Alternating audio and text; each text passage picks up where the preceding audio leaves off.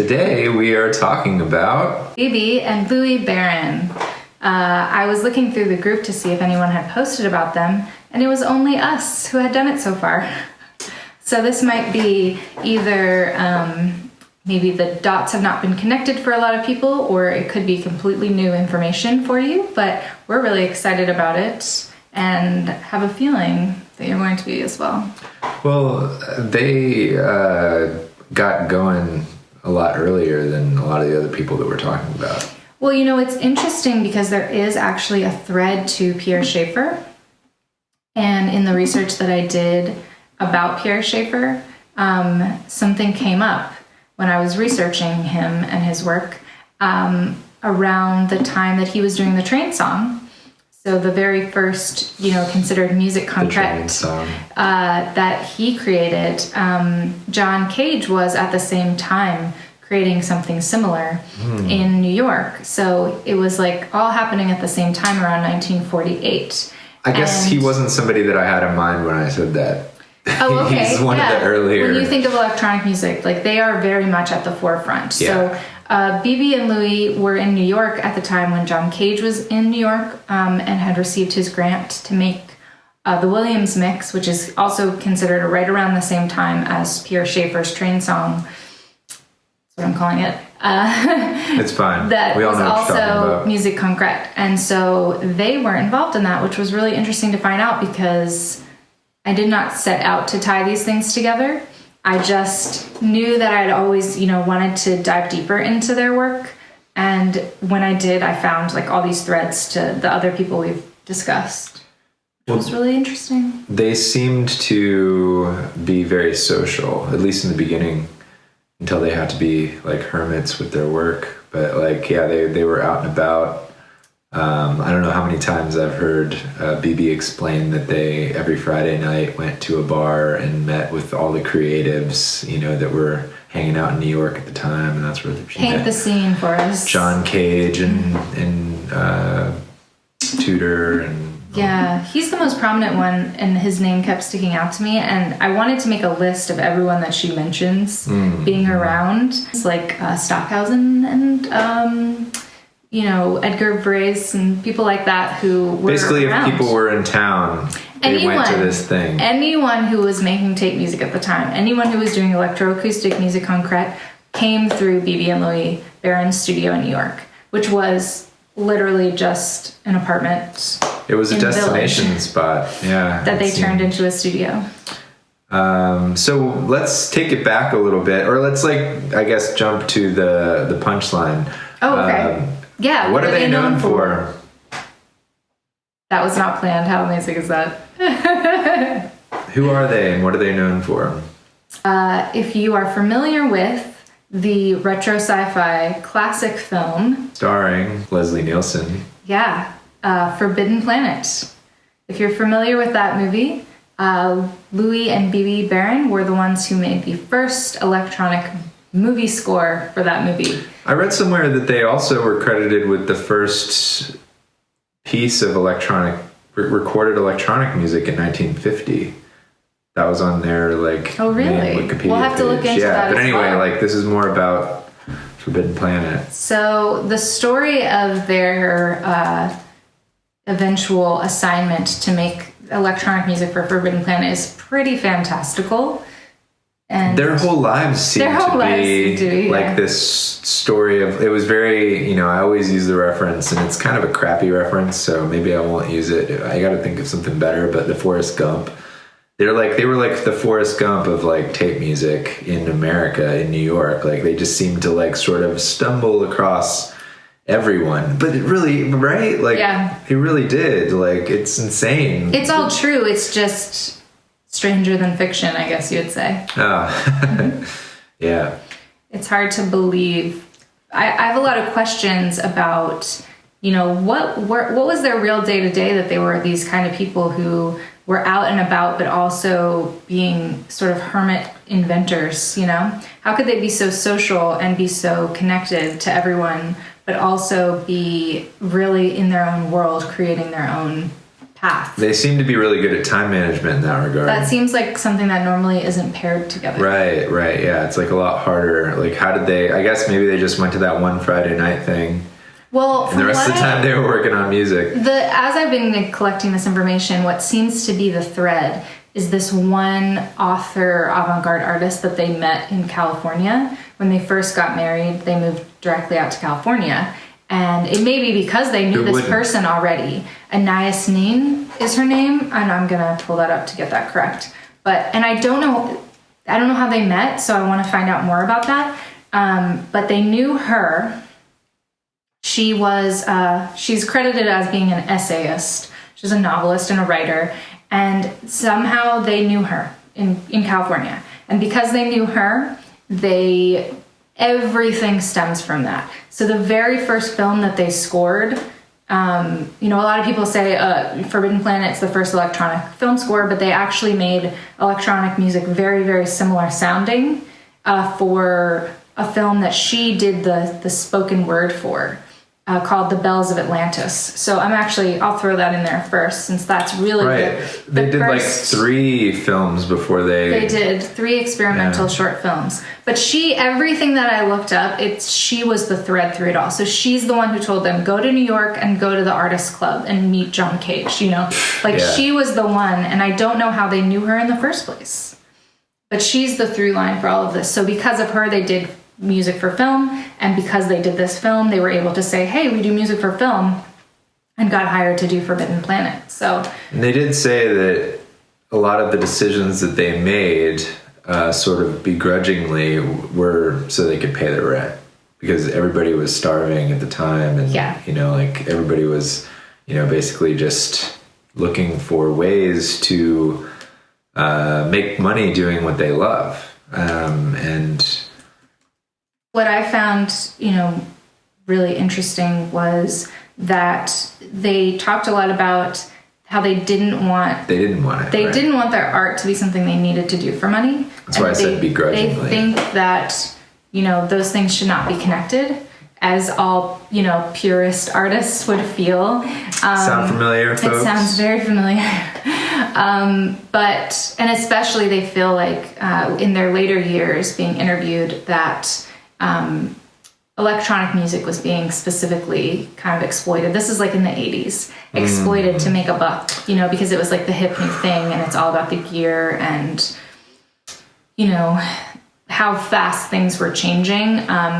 It made them want to go back to their tube-based creations even more. Tube and tape. If I ever started a magazine, that's what it would be called. Tube and tape. Yeah. Tube and I would tape. Read it. You would read it? Oh, thanks. I'd be curious how you're getting your hands on tube. They're rough. I know. I don't make me start talking about a resource. Don't make me start talking about Metasonics again. Tell us what Metasonics is. It's a tube-based synthesizer company. They make modules. They make Holy units. They make a tube-based drum machine. Let's talk about tubes for a second. Like, why are vacuum tube? Yeah, why are they so important? What are they? How are they? How are they vital to Bebe and Louie's work? I wish that I knew more about the technical side of what tubes do. But all I know is that they predated transistors and integrated circuit chips for a way to, sort of make circuitry, more complex circuitry possible. So they're kind of like the earliest method. I know there were the Turing machine was made with vacuum tubes, like early computers.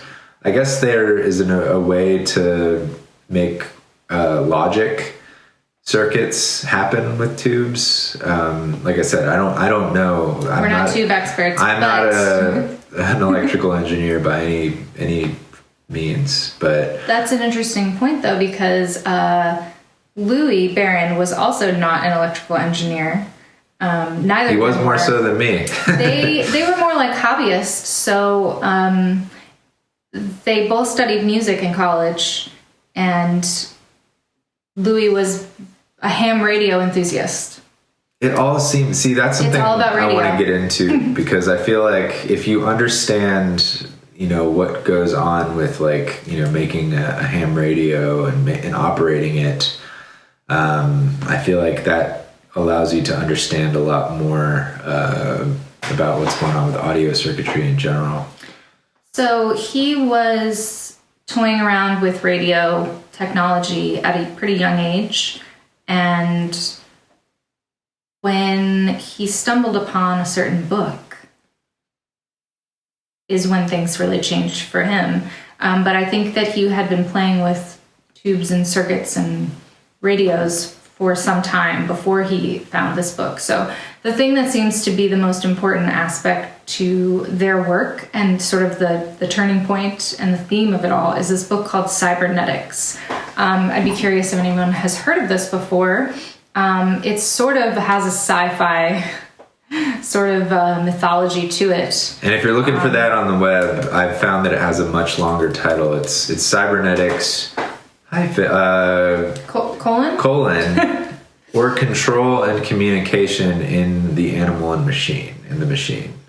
And I was just sort of going through, the summary of the book, and the author, Norbert Wiener, I think he was out of MIT. He was a math prodigy. So he had some high-minded ideas.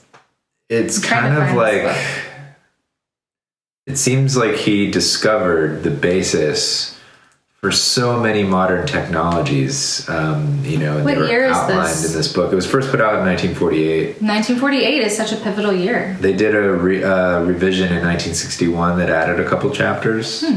But yeah, the original was made in 1948. I imagine he did lots of lectures and things. I wonder if they ever met.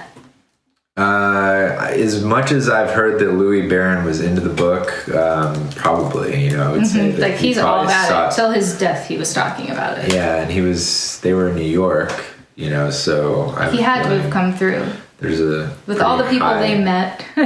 Chance of possibility there. But yeah, one of the things that I found really interesting was that he even alluded to the idea of what led to digital audio, taking a fluctuating analog source and translating it using ones and zeros. That's the basis for digital audio, and that's in there. I think he also touches on something that basically is now considered a capacitor. And he talked about, rapidly charging and discharging of many of these, things, which is basically how, random access memory works, which is, sort of the foundation of modern computers. And, so he just kind of laid out a lot of these really high tech,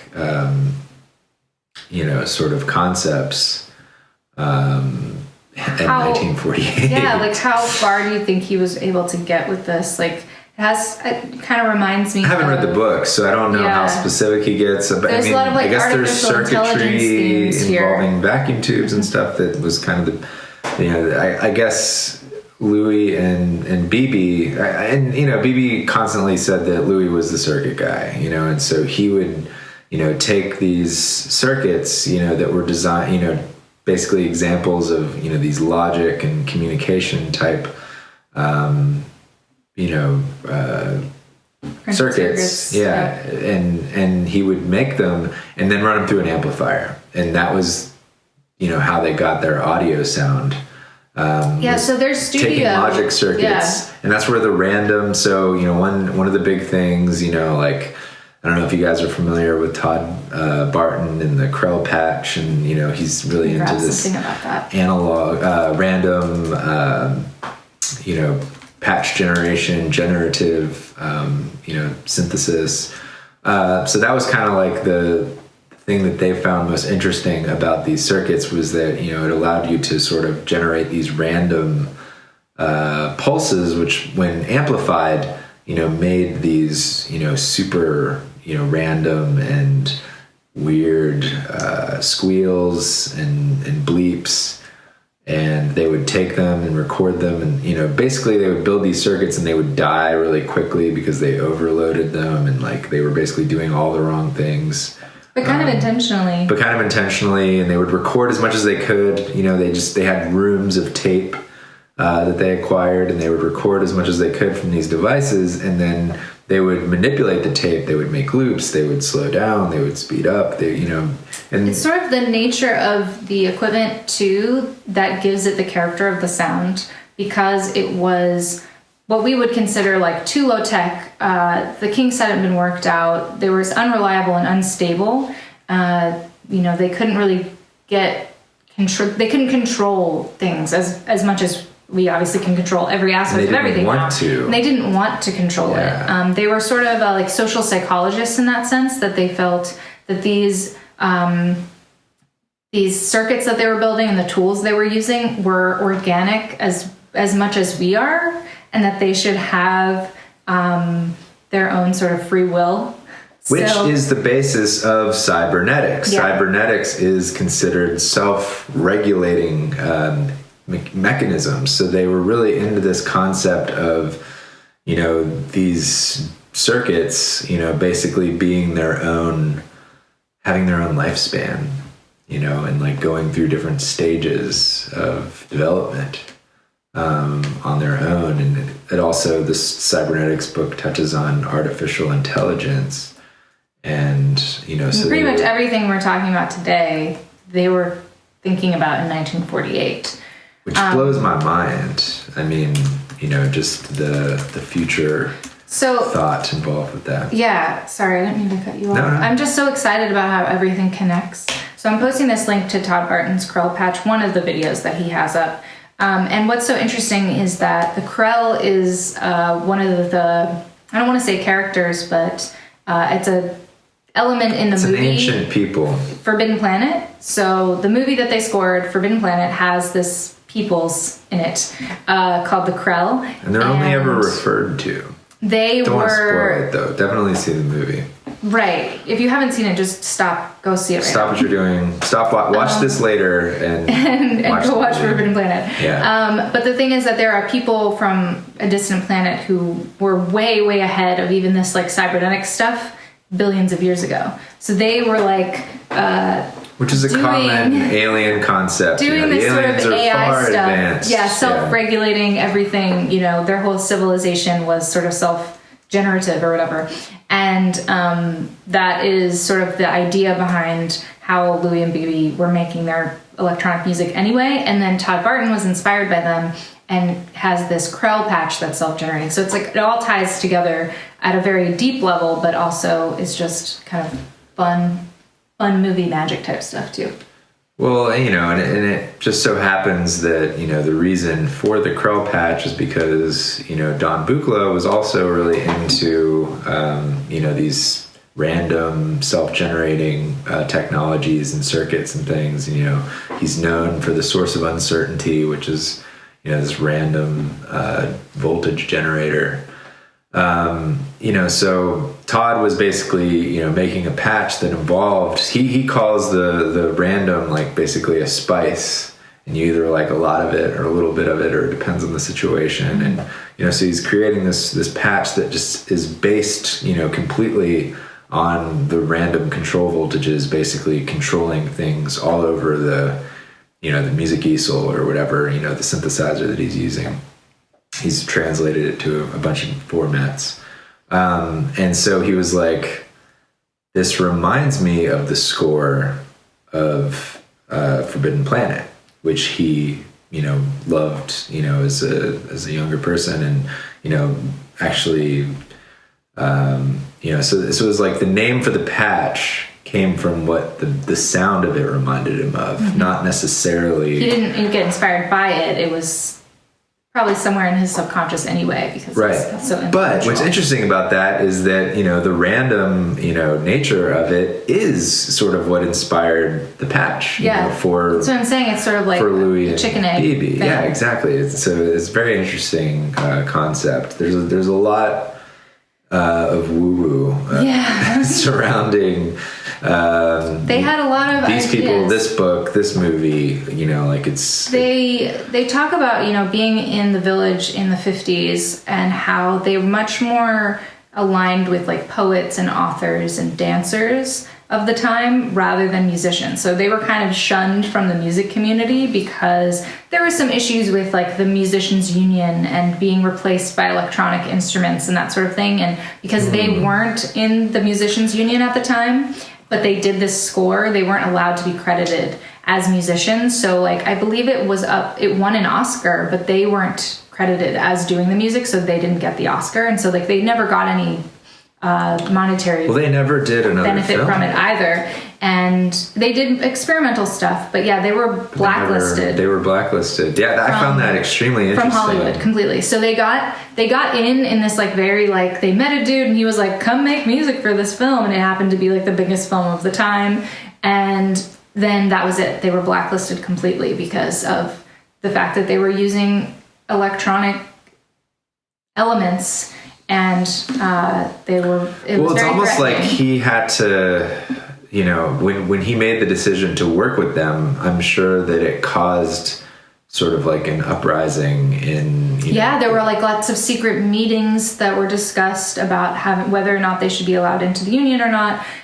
There were secret meetings about what to call the score. It ended up being referred to as electronic tonalities instead of electronic music. I think they were thought of as sort of like, I don't know if any of you have ever gone to music school or, been involved in that scene. Like, I think it's similar in like the theater world, but like they were like the pop, star type people in a, very, they weren't academics. Right. They were, whenever they were in music circles, they were like the ones who weren't academics. And if anything, they were threatening because they were using electronics. Right, like it's almost like they were considered like imposters. Like, how dare you be so influential and innovative when you're not an academic? And you're not.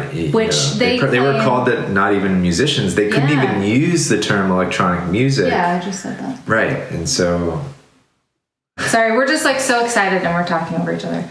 I think. Because they're so interested in the ideas around why they make music and why they use electronic elements and not so much the technical side, it gets us a little bit more excited because it's about having an art point of view about it.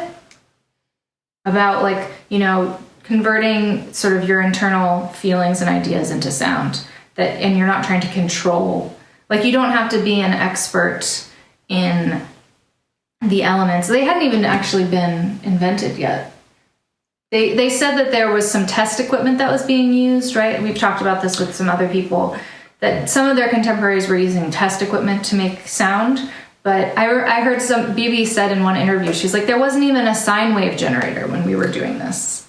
Right. So it wasn't so much about the equipment as it was about these ideas about like cybernetics and that the circuits had a free will and letting them generate for themselves. They weren't into gear.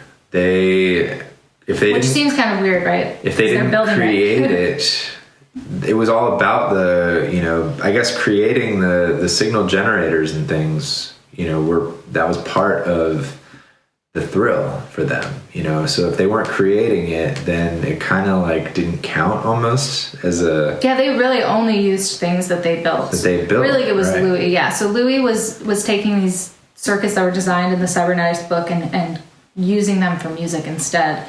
And then they would kind of spend a lot of time kind of with the idea of what it was and building it and seeing what would happen. And then a lot of times it wouldn't even work.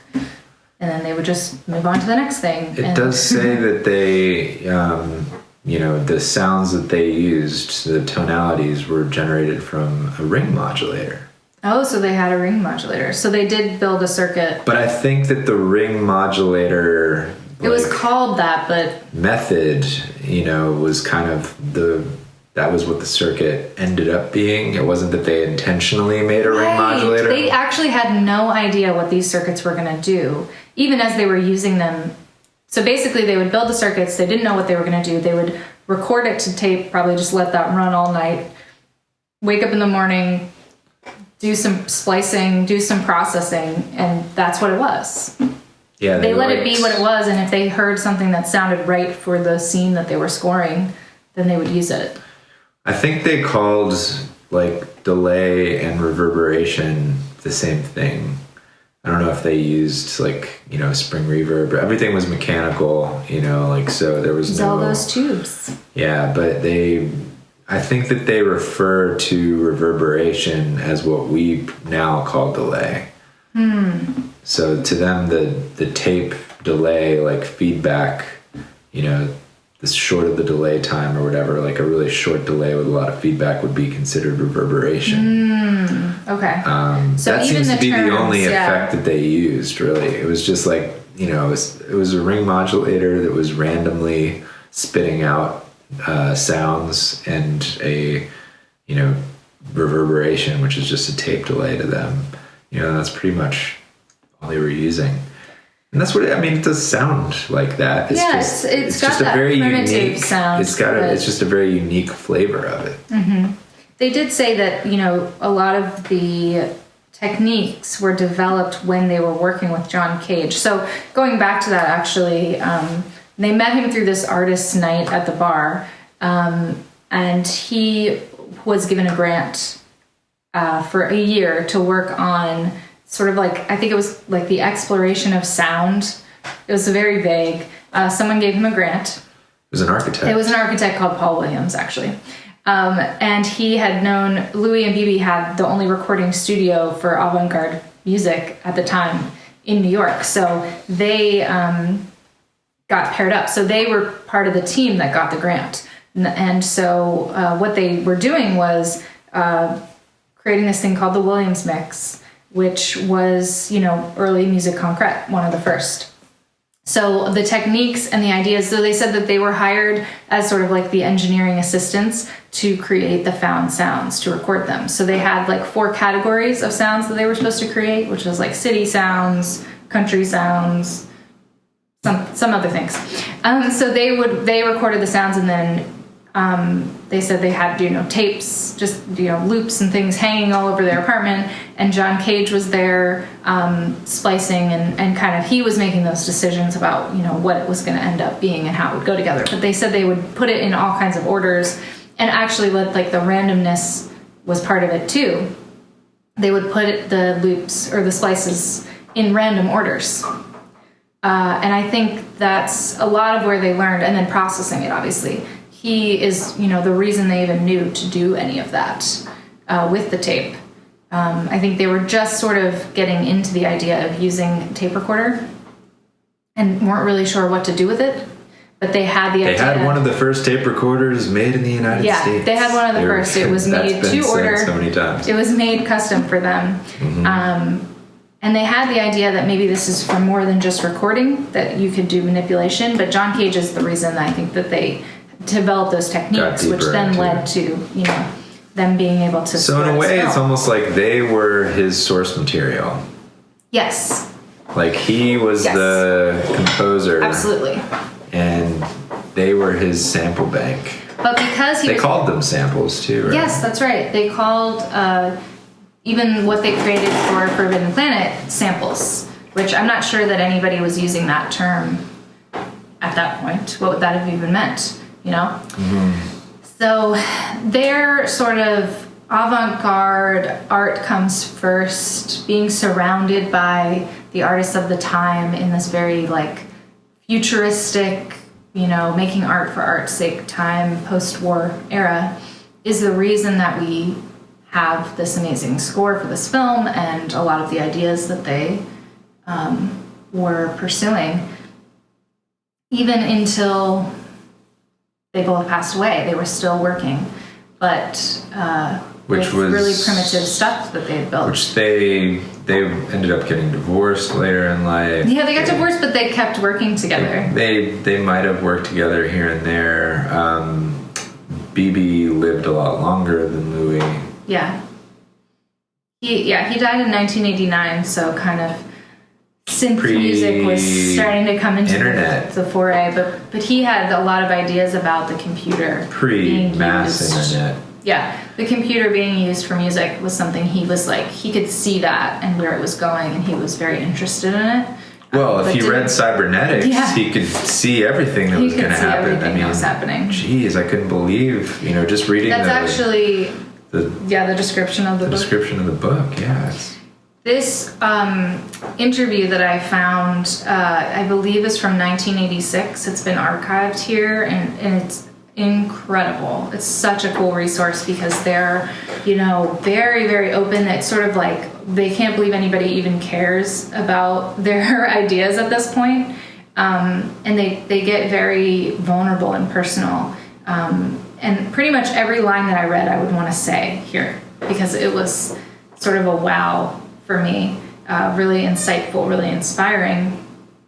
Telling their story, but also getting into their ideas about how they think that, the fact that the world is moving at such a fast pace now and people aren't spending time thinking about what they're doing and why, and they're just trying to chase money or ideas or the next piece of gear, made them really sad. Except they said that if they did use a synthesizer, yes. Of course we feel validated in this. It would be a Buchla. Yeah, they were exposed to Buchla, I guess in the late 70s, early 80s, and felt that if they had used any synthesizer, that would be the one, which probably is because of what you were talking about earlier with its more random. There was a big, what's the word I'm looking for? Focus on random patches, random voltage, and also interesting ways to, it's like if you were going to try to control the sound, let's approach it from a very human... so the spirit behind Buchla, it shares something with their sort of approach to things. Yeah, they seemed to align. It almost makes me, I don't know, the story behind this, or, that it's true, but it almost makes me think that Don might have read cybernetics, Yeah, I'd be curious to know. because if that's principles the thread. Yeah, it seems to be very similar. Sort of the common ground for, the Barron's and, sort of his philosophy, but who knows? Yeah, that'd be something to look into as well. Well, if it hasn't been mentioned. I don't know. I mean, I'm sure if we looked into it, we might find some threads there. So like we were saying, they were blacklisted from working in film ever again. So they had to kind of go back to their roots, I guess, in the avant-garde world.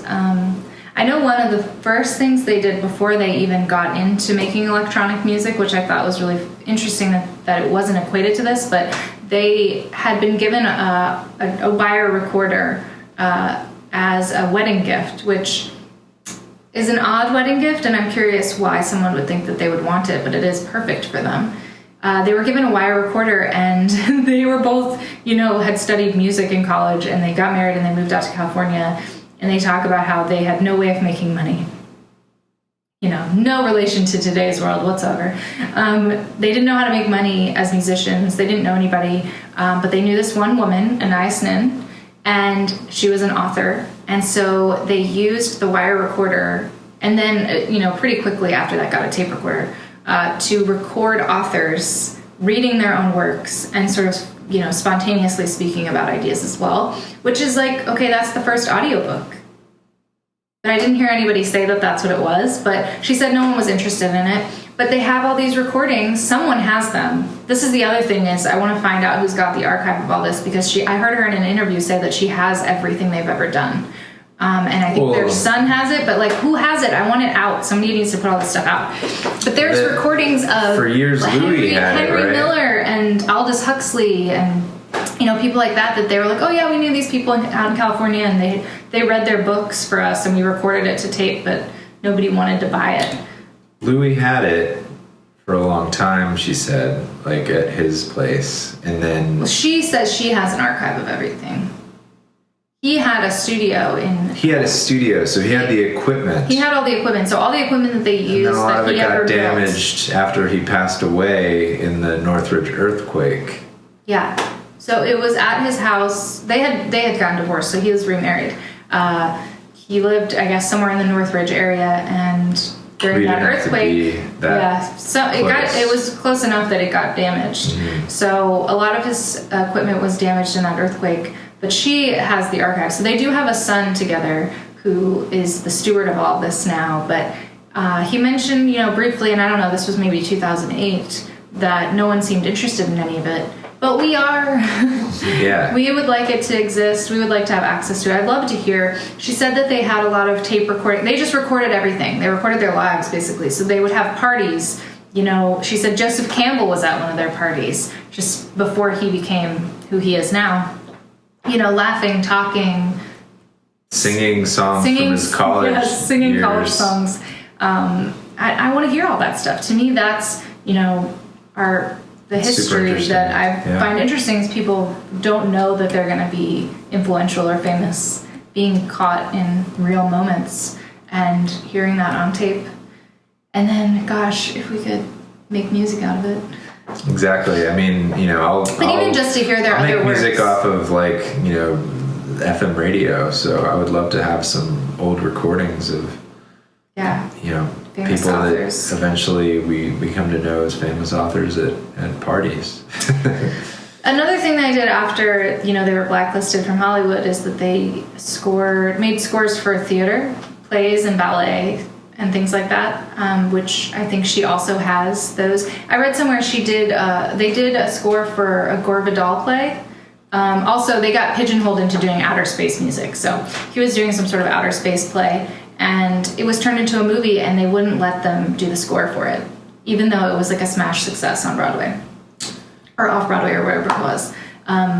That they couldn't even do the score for that film, even though they had made it for the play. But all their other work, like I said, she's got them, and there's some kind of archive that somebody has of their later work. They made an album for vinyl together, much, much later. That, again, she says, nobody cares about that. No one's heard it. So there's all this stuff that I would love to hear, but I don't know who has it. So we probably need to do some investigating as a group here. I'd love to know if anybody has any connections to somebody who might know where the archive is. There's this interesting tidbit as well in her later years. After Louis passed, she was invited to create a new work at UC Santa Barbara. And the professors there taught her the latest, what it says, sound generating technology.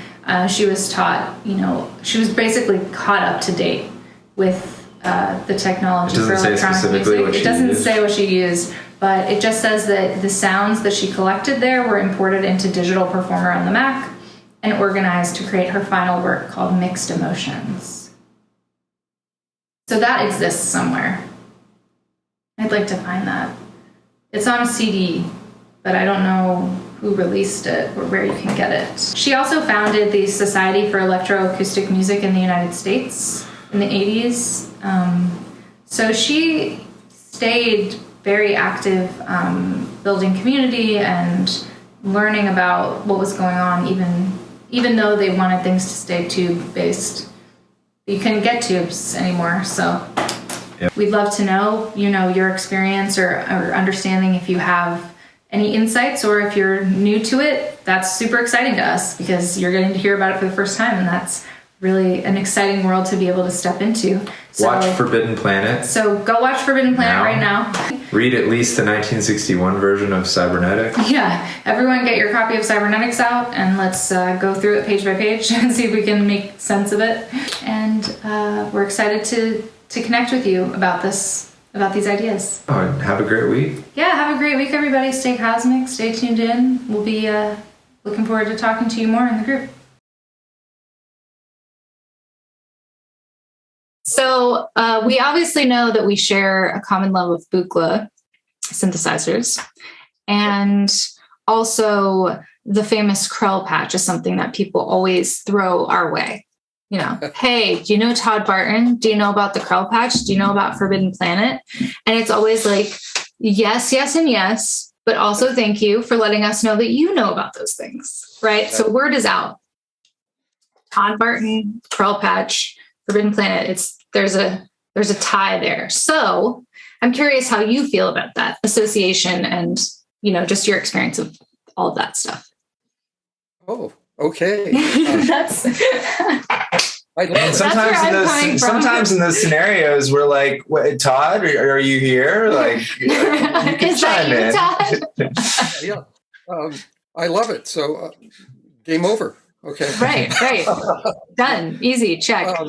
No, it's you know, it's the gift that keeps on giving, as far as, you know, just the patch, the Krell patch just sort of was like a stumble on one end, it was a stumble on discovery.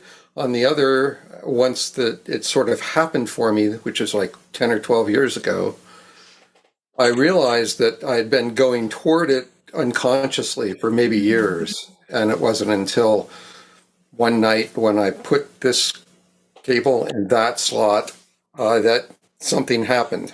And a big part of it too was, something happened and then it disappeared. So then I went, okay, well, if I do this, then everything's going crazy and fast. So that's not where I want to be. So slow it down. And then I would get some things bouncing around and then it would sort of stop. And my inclination was, of course, turn a knob, make it come back.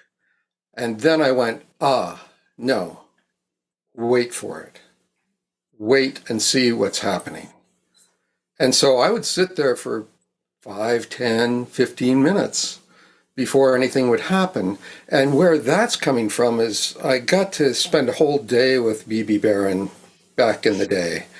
And we started at her house for brunch, and then it turned into lunch, and then it turned into dinner out with her then husband, Leonard.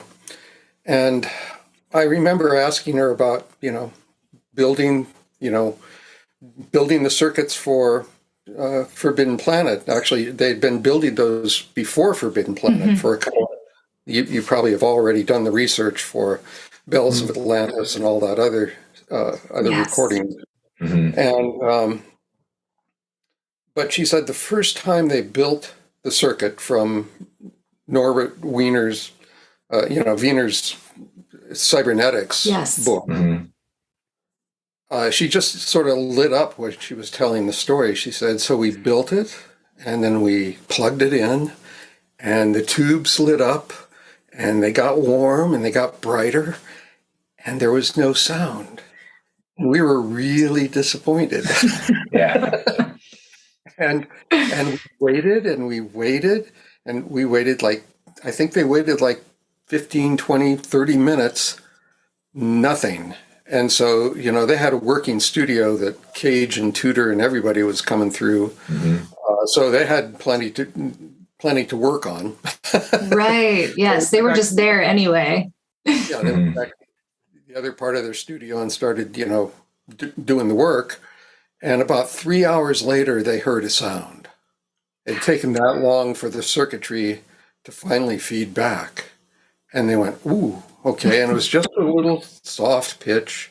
And then it got louder and louder. And then it bifurcated and went into some double tones or whatever. It started wobbling and screaming. And finally, it just blew up. And luckily, they had turned the tape decks on. And that's, So then they started building circuits like crazy and recording each of them. And she, again, she lit up. She said they were like little life forms. They were birthed. They had a beginning. They had an adolescence and a maturity, and then old age, and either died with a bang or just fizzled out. So it was that in the back of my mind as I was about to change that knob to just wait for it, like they did. Ooh. Wow. That's really powerful for a lot of reasons. And we've been spending some time just, listening to people talk about cybernetics. And then, you're living your life and you're like, oh, I get it now. Like there's just like the thing, you see the patterns, you just understand it, in this way. But when you're thinking about it, talking about it, listening to people talk about it, you're like, what? It's everything and nothing. But then when you put it in this very specific context, especially the way that I've heard Bebe tell these types of stories, is she lights up when she talks about tubes. How funny is that? I get it. But this idea, the way you laid it out in this story, explains like all of it, but in this like beautiful presentation. Oh, it was Bebe's. Right. It's like how all those threads come together and like your experience of her telling that story. It's just like all those layers are what makes it, for me, this like living experience of history. So that's why I'm having fun with these conversations. When did you first come across their work? Boy, I probably saw Forbidden Planet in the 60s, most likely. And then... so that was your first experience of them? It was just the science. It was Forbidden Planet. Yeah, that would have been the only thing like commercially available. Commercially available, yeah. But I had no idea how it was being done, nor those years I was still into Baroque and Renaissance music, and so I wasn't going down the rabbit hole of how'd they do that? Okay. I got turned on to analog synthesis in the mid 70s, and so then I probably revisited that back in the early 80s, and then, but it wasn't until much later that these stories started to really surface, and we started to really understand how those circuits were being built. Yes. Mm-hmm. And a sidebar, throwback to that day with Bebe, mm-hmm. and the book Cybernetics. She said, I went to UCLA yesterday to the library and they don't have the book. I think that's a shame. It's like out of date or whatever. It's actually not. I think there's reprints now, but there was a time where, but not at that time, right? It had a void period. Yeah. So in the early 80s, I was starting to get into self-generating patches, and I had a Roland Jupiter 8, one of the first, and I had a 3-panel Surge system that Surge had built for me, and an Effectron. Do you know what that? Delta Labs Effectron. It was like a rack mount delay, but it had CV inputs. Oh, okay. Mm-hmm. Yeah, I've seen it. It's blue. Yeah, sort of, yeah. Yeah. Yeah, but CV inputs were like, that wasn't happening much back then to commercial rack mounts. No. I didn't know that it had that. Is and the Roland Jupiter had you could play a bunch of pitches and it would just hold it and randomly go through them. Mm-hmm. And it had CV. And Surge, of course, was driving the whole thing. So Surge had this long, I don't know, it took 5 minutes to go from bottom to top of the pitch range. But as it went through things, it would trigger different delays, and it would also trigger different things in the Roland. And so I went, I built that one morning and went, okay, and then put the big reel-to-reels on like what, 1 7/8 or whatever that is, right? Just, surveillance, Yes. surveillance speed. So they could go for a couple hours, for many hours, and then went to work, and came back at the end of the day to hear how it had morphed and changed, and then of course I had to sit and listen to a lot of it. Yeah. We've talked about this quite a bit of like the amount of time you take to create things and then the amount of time you spend listening back to it. It's like a very time consuming process. And you kind of brought that up when you were talking about Bebe's story with the circuits that they were building. And, just the feeling I get from everything I've researched is just the amount of time. And she had mentioned like at some point, like there was just like no money to pay for all of this stuff and this space and this time.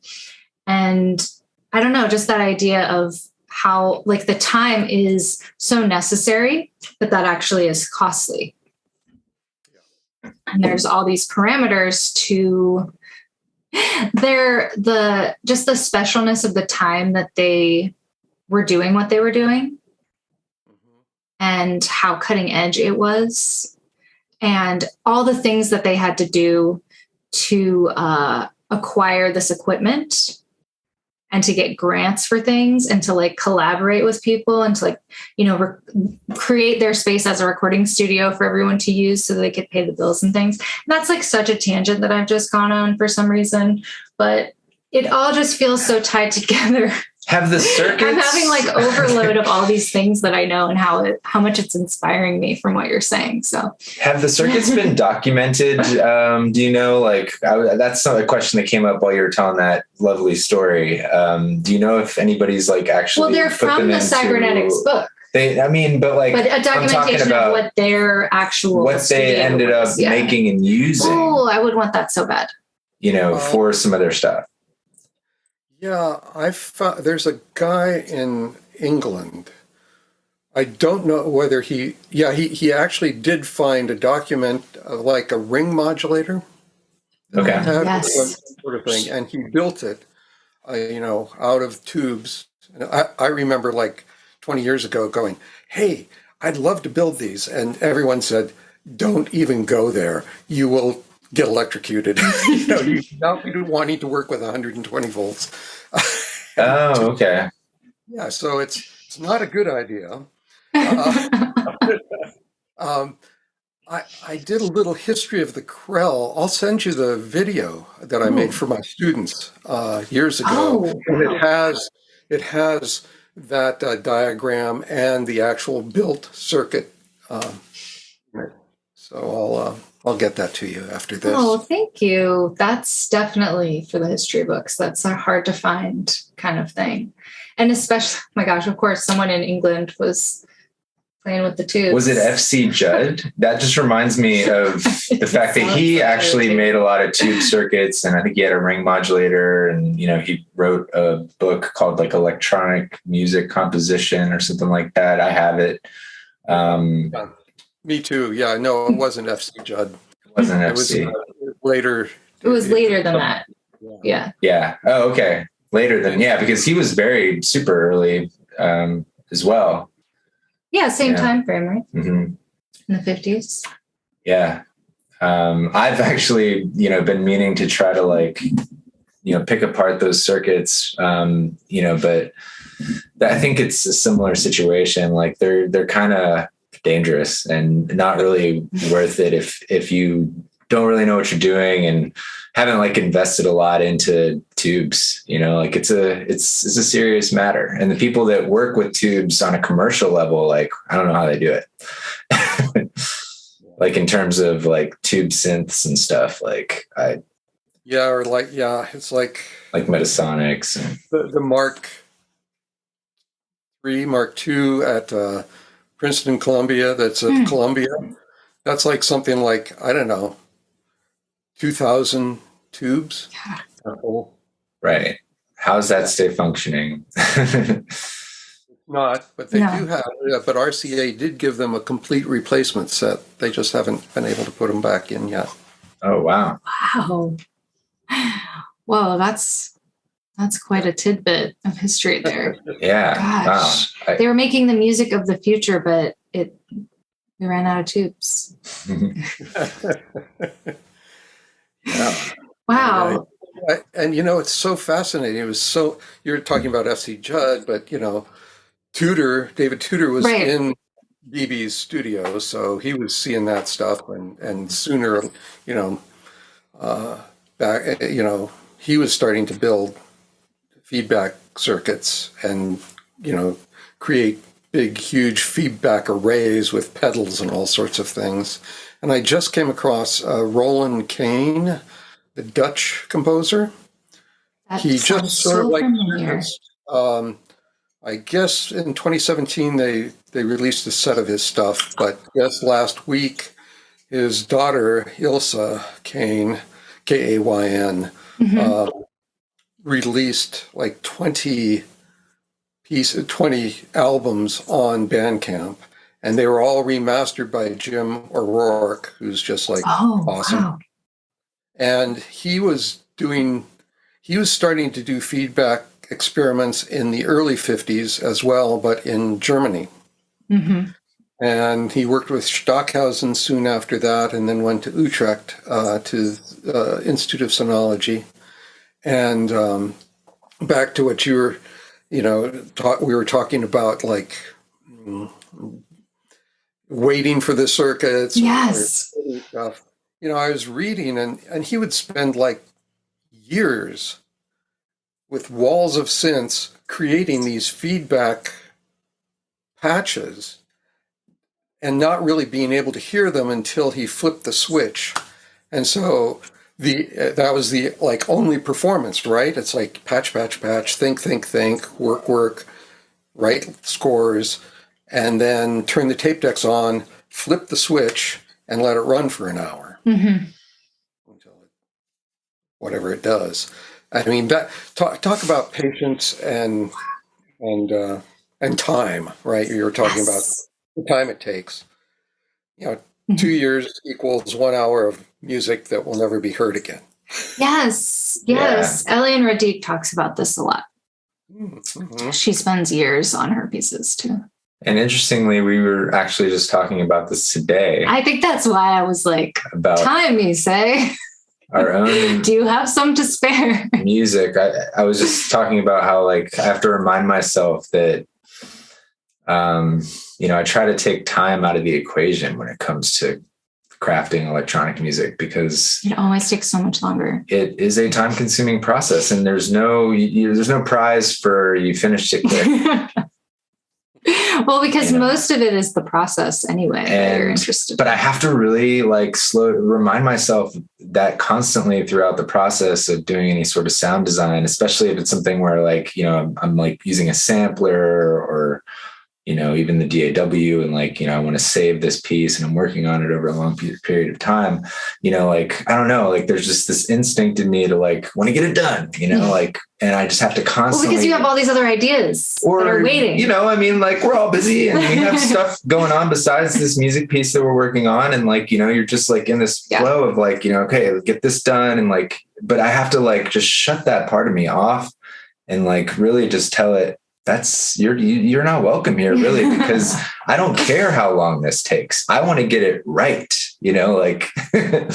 That's the only thing that matters. It's going to take, as long as it needs to take. That the time is literally not a factor, but my brain it's also the most important wants factor. To make it a factor, It's natural instinct. Yeah, definitely resisting the, this is going to be an interesting segue if I can land it. It makes me think about how it's just you're resistant. We're trying, as artists, we want to resist whatever, the wave of sort of the mainstream energy, if you will, of, getting it done and hustling and all that stuff. So we're resisting that with what we're doing.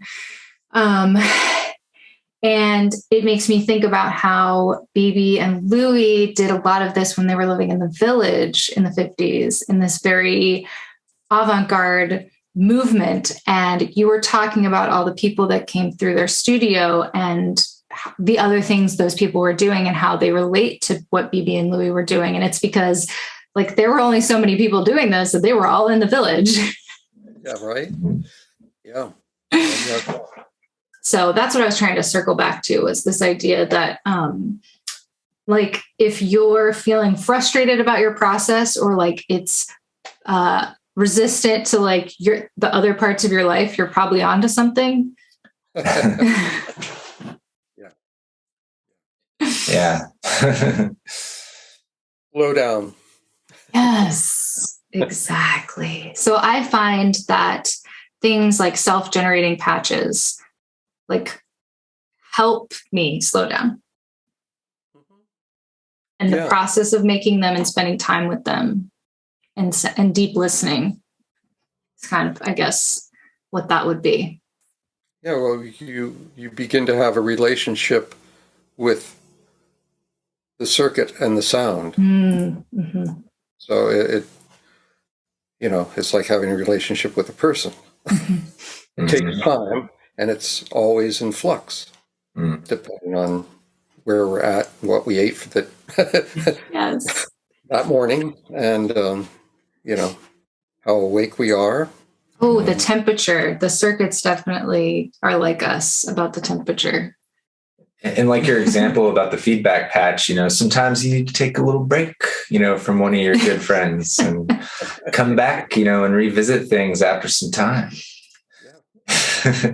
And things are much better. Oh, you'll hear it completely differently. That's so true. You'll hear something so different out of it. That's going a little far with that one, but I can write that.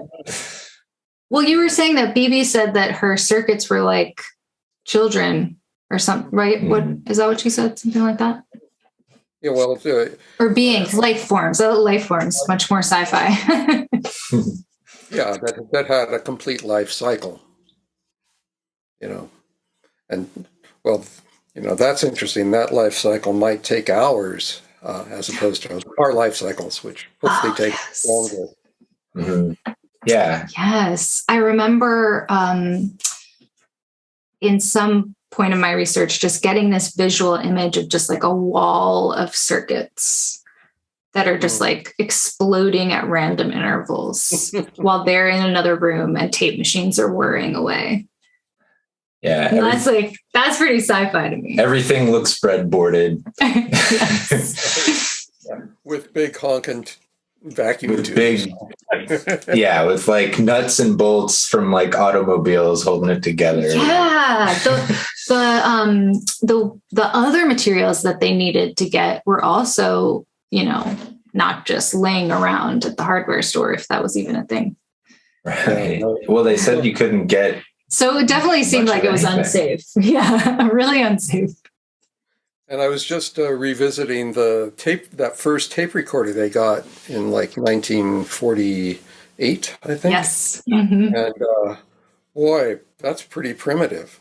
It's a wire recorder, right? Is it?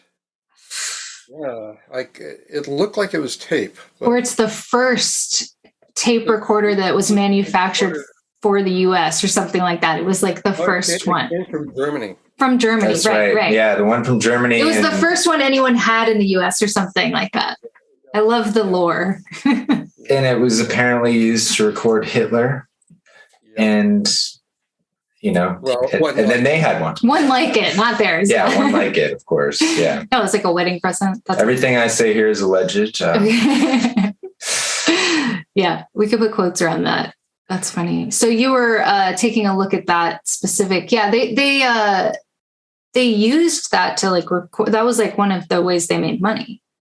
Yeah, right. They recorded books on tape, like Henry Miller and stuff like that. Well, Aldous Huxley and Nielsen. Yeah. Yes, that's the gateway to New York. Is that they were recording people with their tape recorder that they got as a wedding present. Because I assume everyone knew they were quirky and that they would like that as a gift. I want to say that you're right specific about the wire recorder. I think they got a wire recorder and then immediately got a tape recorder. Yeah, so the gift was the tape recorder. The tape recorder was completely separate than the wedding gift wire recorder. Okay, I'm conflating the stories. So they had both for sure. We just have all of this like I know, too much information swimming around. but that's the fun stuff. The thing about this specific topic is that there's a lot of lore and there's a lot of storytelling and then there's like facts, but there's also like, John Cage is going to tell it one way. You know what I mean? There's like all these layers to how people tell these stories. So you have to kind of try to pick the truth out, the things that matter. Yeah. And we're talking about timelines quite a while ago. But yeah, they were living in California. So they had this tape recorder and they were recording all of these amazing people with their books on tape. Like the first book on tape idea, I think. And because of that, they met a nice Nin who then kind of, from then on, they were kind of inseparable, is from what I understand. But that's the reason we have the first electronic music with film, is because of her. That's right. Indeed. In fact, I was re-listening to Bells of Atlantis, which is pre-Forbidden Planet, and you can surely start to hear where they're going with that. Mm-hmm. Yeah, that's a definite favorite for people to send us when they find out that we're into this stuff, because that's such a nugget of like, ooh, but do you know about this one? Yeah. It's so good too. Mm-hmm. Well, it's interesting because it's much more rhythmic oriented than Forbidden Planet. Mm-hmm. And in fact, some of that rhythm reminds me of Silver Apples of the Moon, actually some of the timbres too. And then, and it's the tape delay is like ever present in that as well.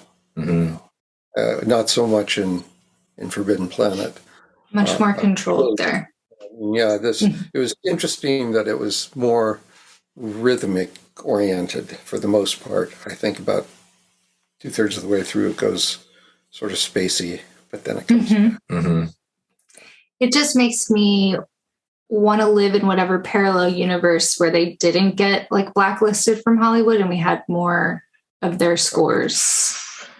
No kidding. Well, and the scores that are out there you can't get. I mean, I look, there's that whole long list of what they've done. They did. Right. I haven't been able to find them. Yeah, no. Folks, amid the Facebook. No, I would say of all of the people that we've covered, that's the one I get the most like zip files of things sent to me. Like no hard copies of anything. There's no physical commercial release of things. It's all these like fragments that people are collecting and sharing. Yeah, I guess then that gets us to her piece, Mixed Emotions, 2000, which she did at UCSB. Yeah, I mean, Bebe's legacy is so much more than Forbidden Planet, and I mean the impact that she's had is, I mean, it's deep. Yep. We wouldn't have a lot of the things that we have without her. So, when did you meet her? I think it was like early 2000s. Early 2000s. Like okay. Maybe 2001, probably. Right, wow. Right around the time she had just had been working at UCSB, getting all this stuff together for Mixed Emotions. Wow. Yeah. She just like really saw it all. Oh, yeah. It's a lot to really take in. May I ask how you got linked up initially? Oh, that's a good one. I have all my life never shied away from just cold calling or emailing people. So I just emailed her. I found I forgot how I got her email, and I said, I'm going to be in LA. I'm at the time I was doing a lot of work in Metasynth, the thing from UI Software. It's a screen-based composition environment that Eric Wenger created. And I was sort of like at the cutting edge there. And she she had heard about that and was really interested in it. So part of the day was spent, I brought my laptop and she was like, okay, show me Metasynth and let's do this. So does that run on OS 9? It may have. It's on 10 now. Oh, okay. I have an OS 9 machine, and I have a lot of old software and plugins and stuff that I still, use and, for sound processing and stuff. And I feel like, if that one was available for OS 9, that'd be a cool one to get. Yeah, you can get the legacy one, I guess, or something. Yeah. I haven't seen it in my, just looking around, but I'll have to remember to look into that one. Yeah, UNI Software is the site. Yeah, I've heard of it. I remember, hearing about it even, back in the early 2000s. I kind of forgot about it. It's rather cool. It's an amazing program. What would you compare it to? I don't know anything that's like it. Oh, okay.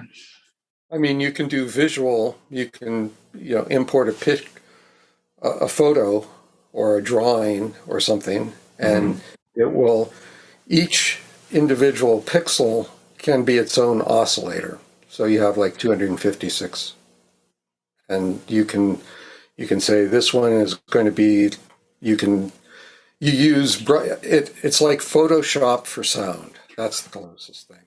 Gotcha. Okay. You can do overlays. You can do all sorts of filters that filter the density, filter the volume, filter the spatialization,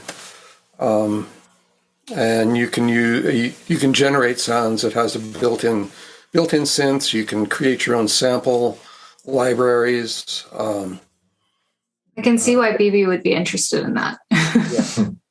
Yeah. It's a trip. Wow. Yeah, wow. I'm like, okay, when can we get that? I want that. What am I going to send you? I'm sending you. Your Krell presentation?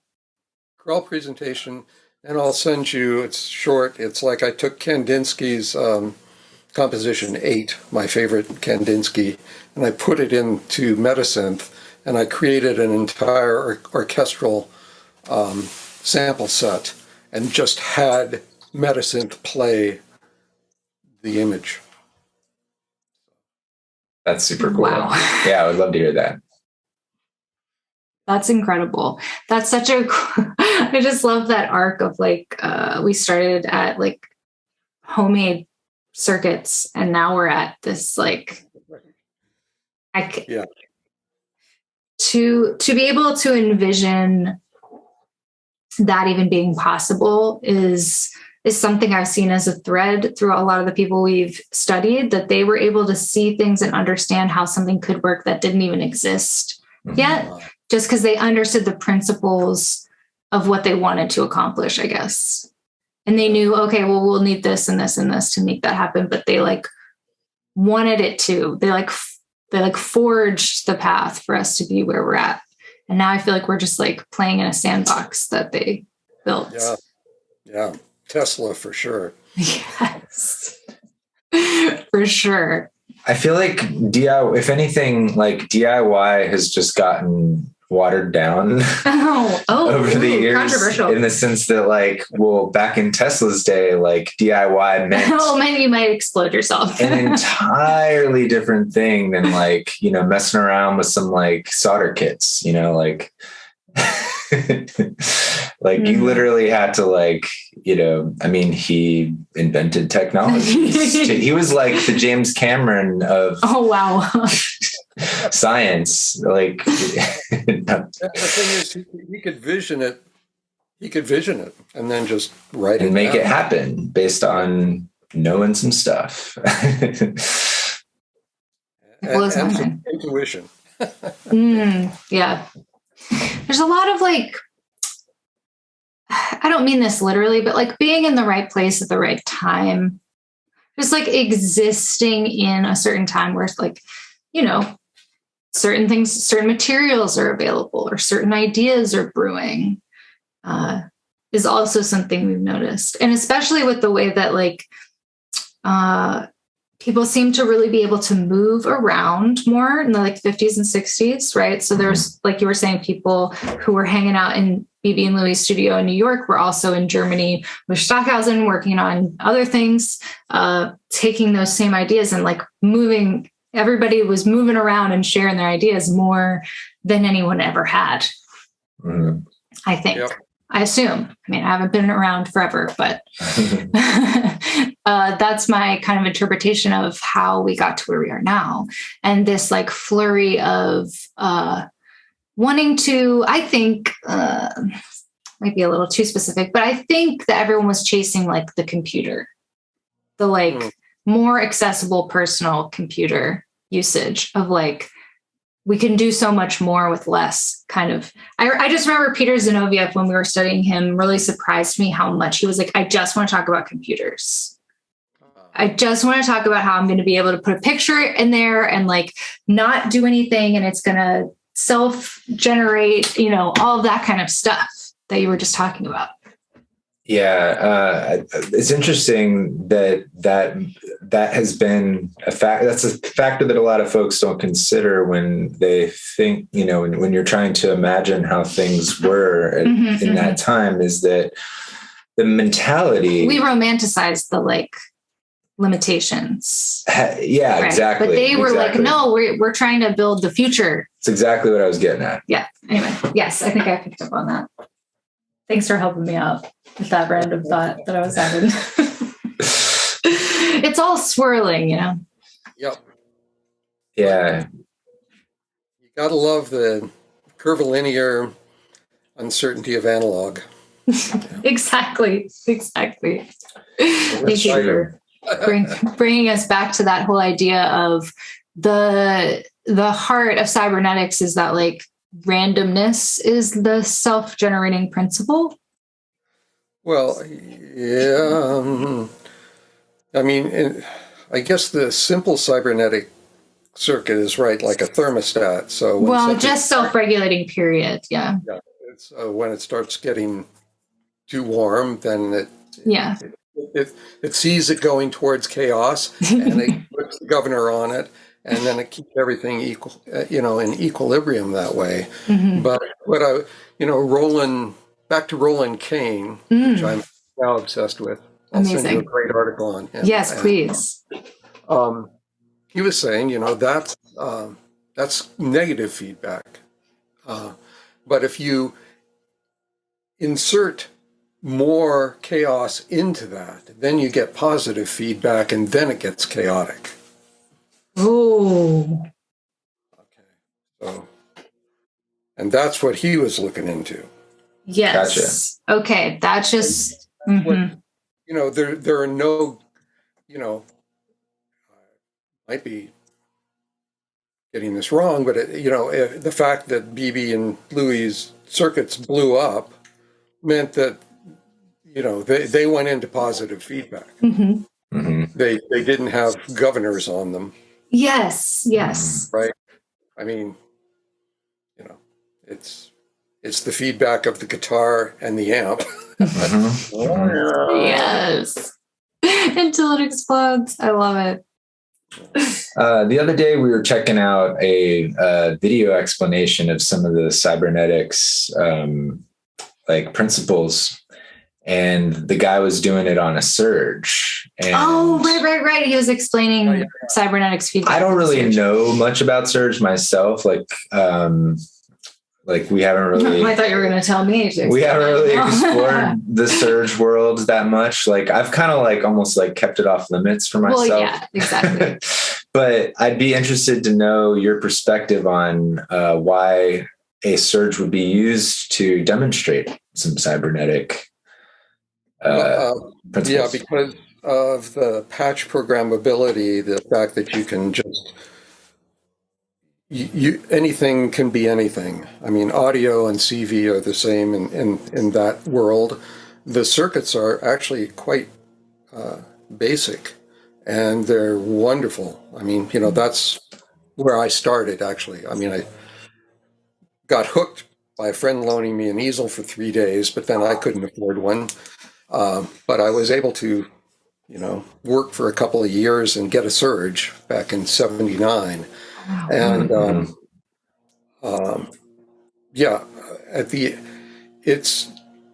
the circuits are so wide open, and any circuit can be anything. It can be an oscillator, it can be a filter. I mean, they're sort of pointed towards, okay, this is an oscillator, or this is a function generator, but it's a subharmonic oscillator, and it can be an envelope follower. And so with that much openness, feedback feedback can be amazing. In fact, I remember when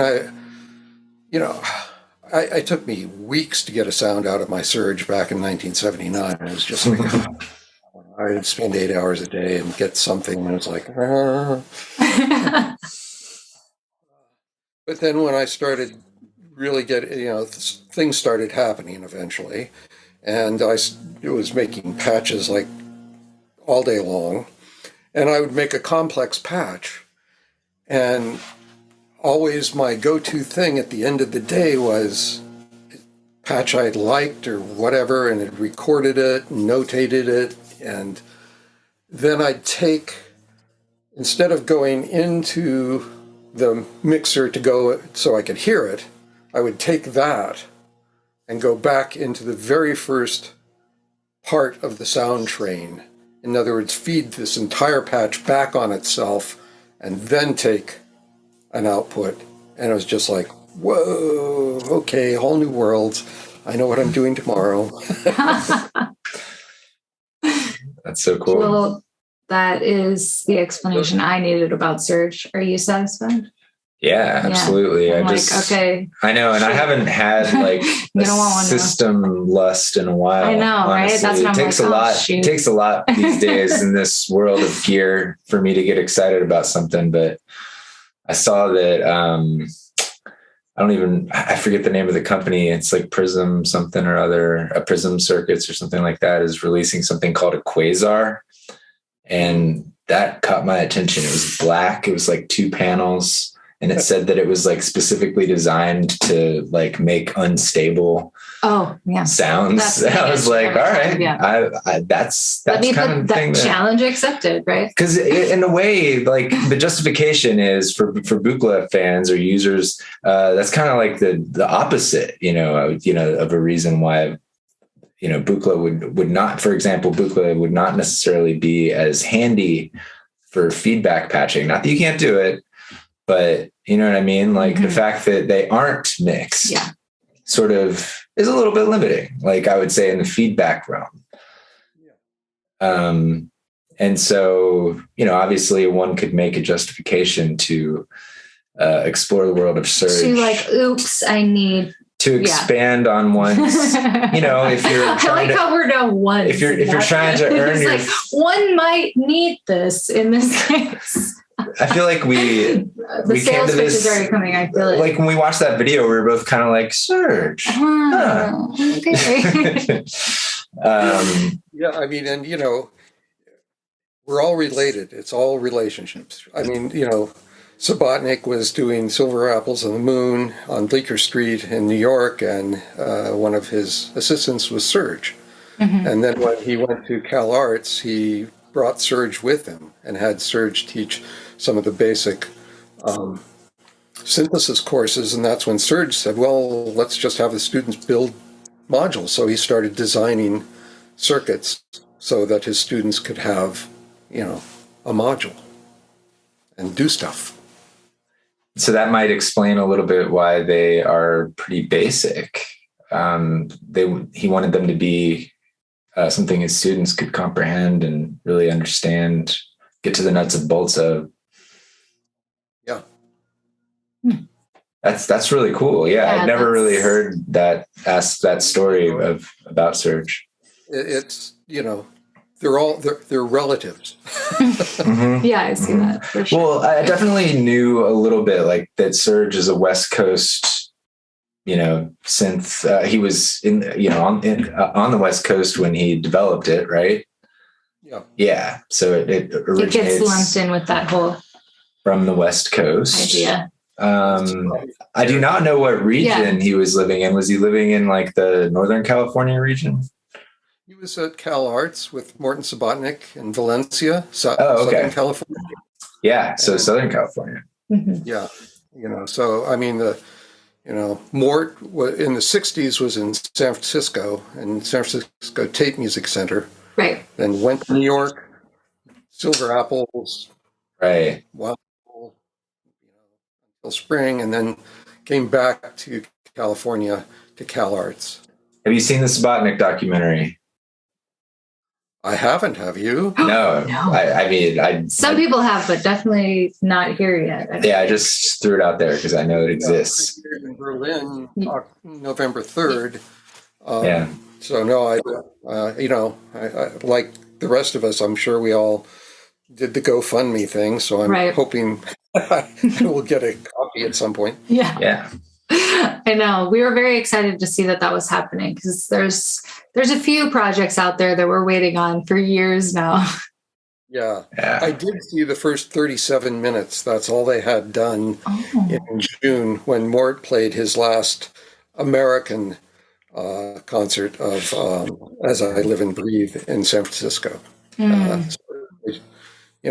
and Lil Van did the concert, and then they aired the first 37 minutes. It looked awesome. Ooh. Yeah. That's cool. I didn't know about that. I really wanted to attend that concert, but did not make it. But yeah. We caught him, what was it, 2014 at Red Cab in LA? Yeah. Mm-hmm. Right. Well, wasn't he in Detroit?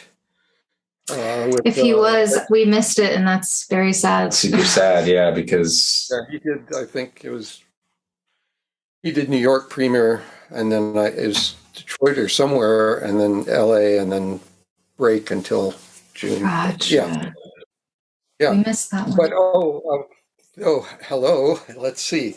It was at Gray Area in San Francisco, which is this. They have. Like they do surround visual.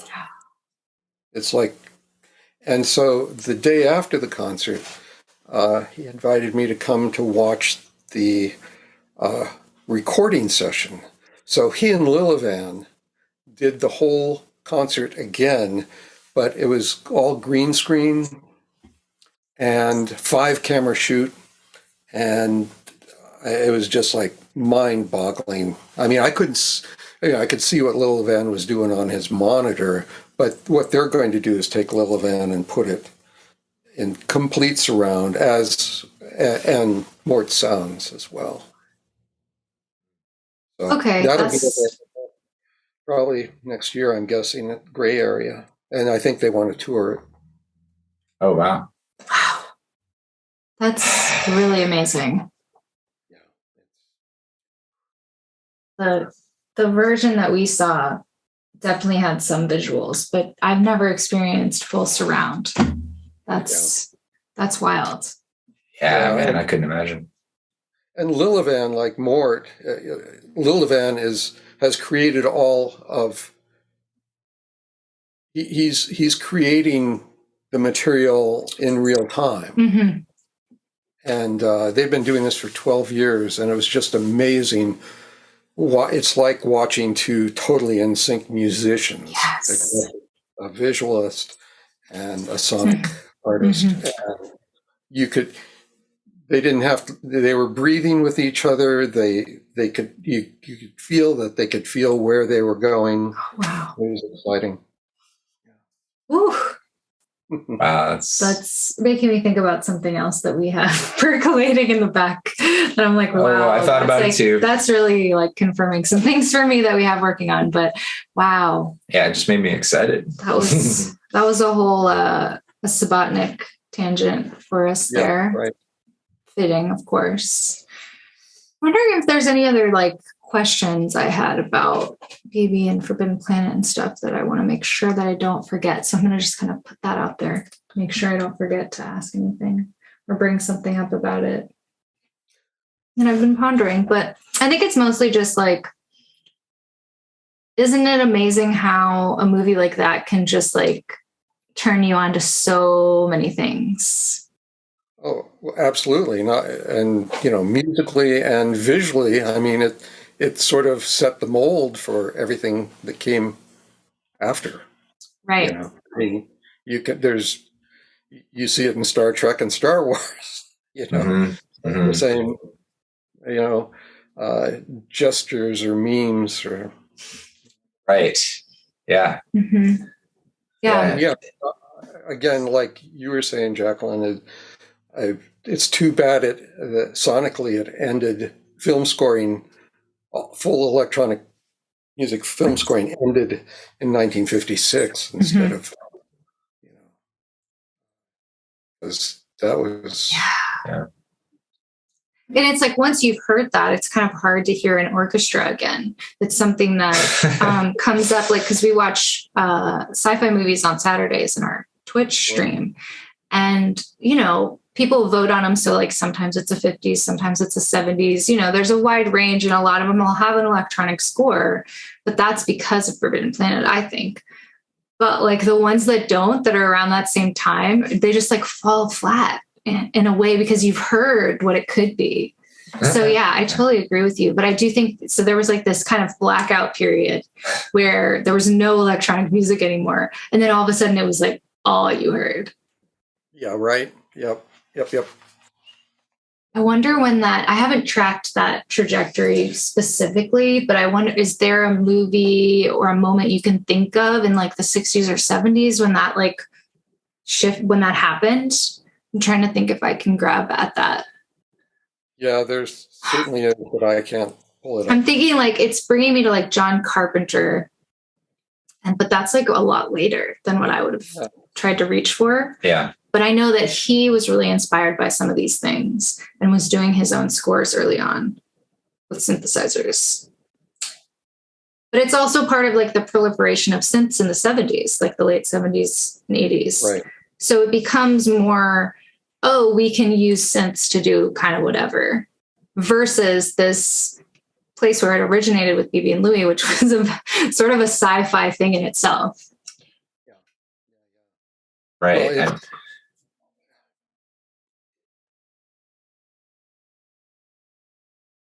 it is a sci-fi thing, and they are discovering the music of the circuits rather than playing stuff that has been designed for people to make electronic sounds. It's rather than, they are in with the sound, and the genesis of the sound. They are working hands-on in the material rather than stock sounds that you can get on a synthesizer or thing, which was what it became in the 80s. It's like, I love that. I just press a button, I have a new sound, press a button, have a new sound, press a button, have a new sound. And then it, went into sample libraries, and I working in theater, I used all of these because I had to produce stuff fast, and, going through sample libraries, go like, not, like, maybe, not, okay, use. That's different than, what's this do? And, that reminds me of the id. Let's go there. Yeah, and it's interesting too, because there's that point that they weren't actually hired to create the score. It was just to do sound effects, but that That's a good point. They like won everybody over so much that they got to do the whole thing. Right, and then the musician union and producers said you can't have composition credit, so it's electronic tonalities by Bebe and Louie Barron, and that way they didn't get royalties, I don't think. Right, they weren't eligible for the Oscar either. It's one of the big electronic musician injustices. Oh, yeah. Totally. Legendarily, yeah. But it's like the heart of the whole argument is right there. Mm-hmm. Like, what is music? Ooh. Yeah, it's a big one. It's a big one. I know, right? I'll just leave that there. We'll leave that for the next episode. Yeah, tune in. We're going to discover music. We'll let you know what we figure out. No thanks, man. That's like taking the Bill and Ted journey. Like, I mean, because there's enough, a little too far back. I know, right? There's enough argument of Eurorack versus bootleg going on. I can't imagine zooming out that far, you know. There's plenty of micro arguments to be had to keep us busy for a lifetime. Oh, I know what I was going to say. How much do you know about, like, I'm curious, because we talked a lot about them building the circuits, and the circuits were the generation of the sound and all of this fun stuff, but they were also turning that tape recorder on and then further manipulating, I would imagine, you know, music concrete style. Music concrete style and bouncing. Yeah. Gosh, that is so time consuming. Oh, yeah. I was doing that back in the day, in the 70s when we had 3 tape decks and we didn't have a multi-track deck. So we would take 2 decks, they were stereo, so I would record one track left channel and something different on right channel, same with the other 2. And then my friend and I and we would have a tape loop going too. And then we'd turn the deck we're going to mix down to. And so tape loops are going, we press these decks and hope they're all in sync. And sometimes they're not. So you start all over again. Mm-hmm. And then you bounce down to that. And then you take that and, you know, you keep, of course, noise thresholds going up. So you're always having to be aware of that. Fun times, actually. I know, right? We think so, obviously. I'm talking to preaching choir here. It's very rewarding, you know. Like it's just there's no part of it fun. That's not fun, right? Exactly. Yeah, it's just pure fun. I would say, like, you know, that's really the benefit. Just chasing that noise floor. Analog, you're chasing that noise floor, and you know, my suggestion is use it to your benefit. Like, that's true. Feed it back on itself. Yeah, and then, you know, I remember we would, you know, hand flange stuff, you know. Oh, yeah.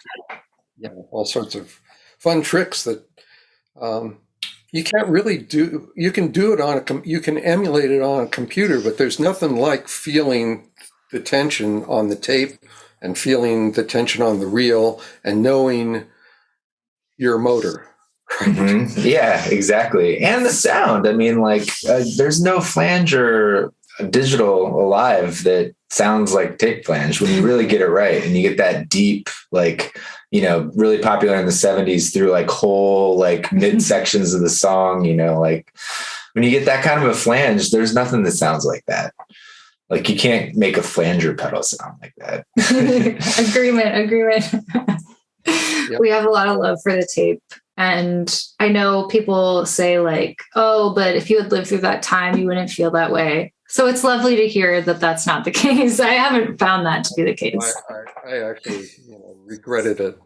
And I have the calluses still from slicing tape for years. Yes, that comes up a lot too. People are like, you should see my calluses from splicing. Oh yeah, it always, there's very like visceral things about tape too. Cause like when you were talking about that, it just makes me think about like Delia Derbyshire talking about filling the hallways of the BBC Radiophonic Workshop, trying to line up all her splices. And then they were just there all, and again, so time consuming. They'd be there. It was like they were working on deadlines for something actually important, you know? and they would be like up all night and like spreading it all out. And like you said, they would get it all lined up. They'd then, you know, put that together, make that the final master or whatever, and then find out one piece was like flipped and have to do it all again. But like always so much joy, right? Like there's just something so special about that process. I think because you can't see the waveform. That's my theory. Yeah, I like that. Yeah. And even having to go back and change stuff, it's not wasted time. It's not lost time. It's generating whatever is to come from that. Yeah. You're heading towards critical mass. Yeah. Exactly. So it's all accumulating. Mm-hmm. Then you finish the project, then you start over again. And then your brain gets to go, oh, yay, more, like we were talking about before. Gosh, it's so fun to always like come back to the things that we were talking about earlier. Mm-hmm. Wow, that was a lot. For me, I feel like we covered so much ground about all these different threads, right? There is something about those 50s tubes that tie me into why we like Buchla, and then like all of these other threads of the actual people who are all just intermingling and creating all this magic for us to, still be playing with today. I think that's pretty cool that like a lot of them are not with us anymore. Yeah. But like their ideas are alive and well. You mentioned tubes and Buchla in the same sentence. I did. So, what a Vactrol is, it's a light, Mm-hmm. right? So, I mean, it's not unlike the light of a tube, but, the transistor and that stuff became that. But, yeah, it's definitely. Yeah, and the randomness, which was such a big part of Louis and Bebe's process, that's, one of the shining stars of the Buchla world. As we've all talked about many times. I know. See other podcast episodes about this. See Tabasco sauce on eggs. I love that. I honestly love that though. Like I love Tabasco on my eggs. Yeah, you do bring that. So it makes me feel like, we're like brothers of the Tabasco. You got it. Wow, that was heartwarming. Because I know how much that means to you. Yeah. Well, I guess I want to just thank you for, sharing your time and all of these wonderful stories with us for our, furtherance of our archive about cosmic tape music. Totally my pleasure. I'm honored that you asked, and great to see you both. Yeah, one of these days we'll all have to see each other again in person. Yes. However many years ago that was. I know, right? Time is really whirring by for me. Hey, again, thank you so much, both of you. Yes, absolutely. Thank you too. It's very good to actually see you and get to have a conversation. Happy holidays. You too. Okay. I'm not gonna think it's too early. We're really edging up to it. So I'm gonna say happy holidays. Keep the tape decks rolling. Yes, love it. We'll see you around. Okay. Bye. Bye.